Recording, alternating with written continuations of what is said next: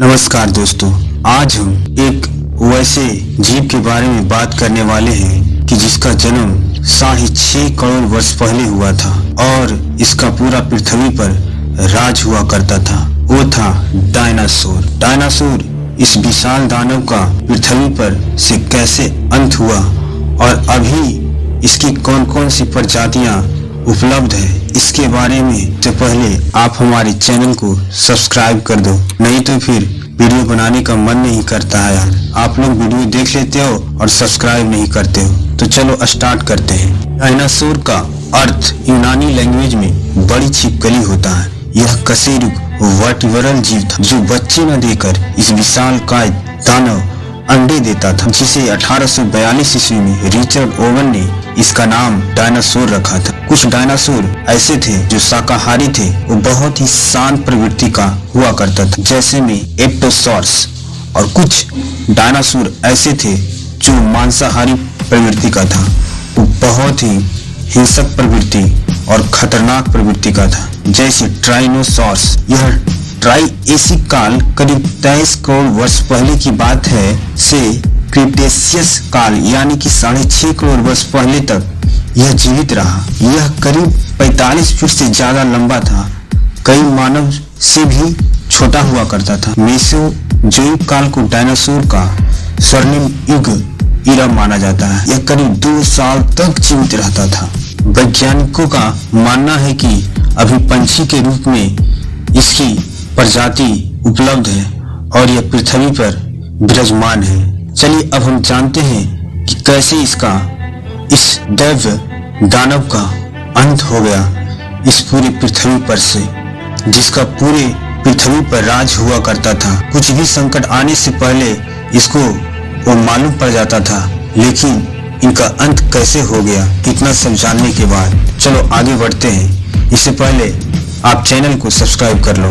आज से 6.5 करोड़ साल पहले इसी पृथ्वी पर इसका राज था। उस समय मानव का जन्म नहीं हुआ था, प्रकृति पूरा नॉर्मल था, सब कुछ सही था, पेड़ पौधे थे, सभी प्रकार के जीव थे, पृथ्वी पूरा हरा भरा रंग से रंगी हुई थी और चारों ओर डायनासोर की आवाजें इस पृथ्वी पर गूंजा करता था और पूरे मस्तिष्क से पूरे जीव रहा करते थे। लेकिन 10.5 करोड़ वर्ष पहले इसके जीवन में एक ऐसे मौत का तांडव लिखा गया था कि 10 करोड़ साल पहले एक उल्कापिंड मंगल और बृहस्पति की कक्षा को तोड़कर एक विशालकाय ऊर्जा की तरह आ रहा था, जिसकी स्पीड 22,000 प्रति मील प्रति घंटा था, जो लगातार पृथ्वी की ओर यह मौत का कहर बढ़ रहा था। जब ये पृथ्वी से 3,84,000 किलोमीटर की दूरी पर था, तब शायद यह मौत का कहर डायनासोर को बचा लेता। वह एस्टेरॉयड पृथ्वी उपग्रह चंद्रमा के करीब आने वाला था। अगर वह चंद्रमा से टकरा जाती तब मौत का तांडव डायनासोर से खत्म हो जाता।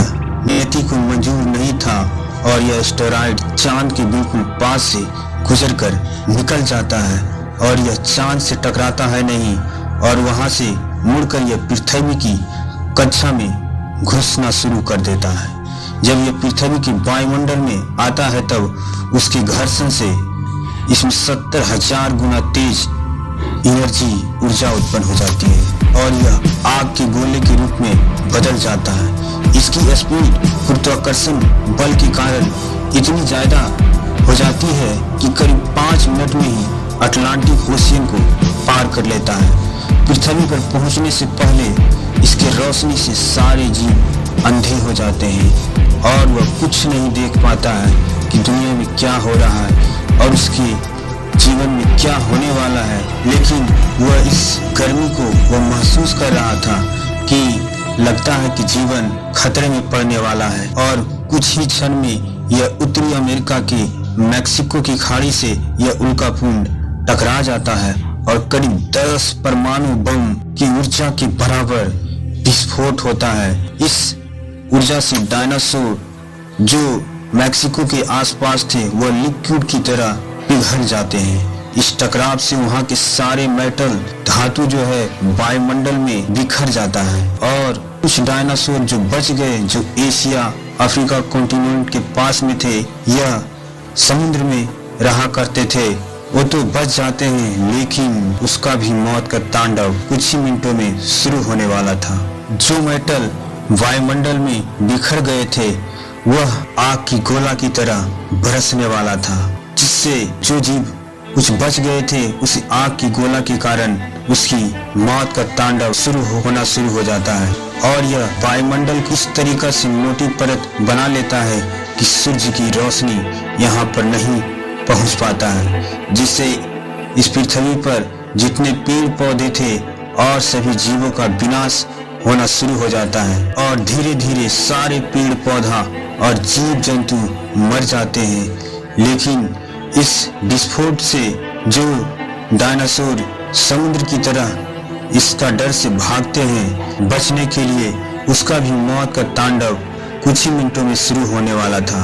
इस उल्कापिंड के प्रभाव से समुद्र में कई बड़े बड़े ज्वालामुखी विस्फोट हो जाता है और एक ऐसे ही समुद्र में सुनामी आता है, जिससे उस सुनामी के कारण समुद्र का जल स्तर पूरा ऊपर उठने लगता है, जिससे जो समुद्र में डायनासोर थे उसकी भी मौत हो जाती है और जो जान बचाकर समुद्र किनारे भागे थे इस गर्मी के कारण उसकी भी मौत हो जाती है। और धीरे धीरे करके सभी जीवों को यह उल्कापिंड मौत की कहर का तांडव मचा देता है और धीरे धीरे पृथ्वी पर सभी जीवों का विनाश होना स्टार्ट हो जाता है और कुछ ही पल में सारे जीव इस पृथ्वी पर से खत्म हो जाते हैं और बस पृथ्वी पर डायनासोर का कंकाल नजर आता है और सारे पेड़ पौधे मर जाते हैं और ये पृथ्वी शमशान की तरह बन गया। और कई करोड़ साल बाद जो मैमल बच गए थे, बचने के लिए जमीन के अंदर चला जाता था इस गर्मी को बर्दाश्त करने के लिए और वह सभी चीज को खाना शुरू कर दिया अपने बचने के लिए, क्योंकि पृथ्वी पर खाने के लिए कुछ नहीं बचा था और सारे पेड़ पौधे सारे जीव मर चुके थे। इस वजह से यह मैमल जो बचे वह मिट्टी खाना शुरू कर देता है, सब चीज वो खाना शुरू कर देता है। इस वजह से धीरे धीरे करके यही मैमल आगे चलकर मनुष्य का रूप धारण करता है। मनुष्य का कैसे उद्भव हुआ इसके बारे में हम विस्तार से नेक्स्ट वीडियो में बताएंगे। Thank you. कैसा लगा वीडियो आप हमें लाइक शेयर और सब्सक्राइब करके बताना। Thank you.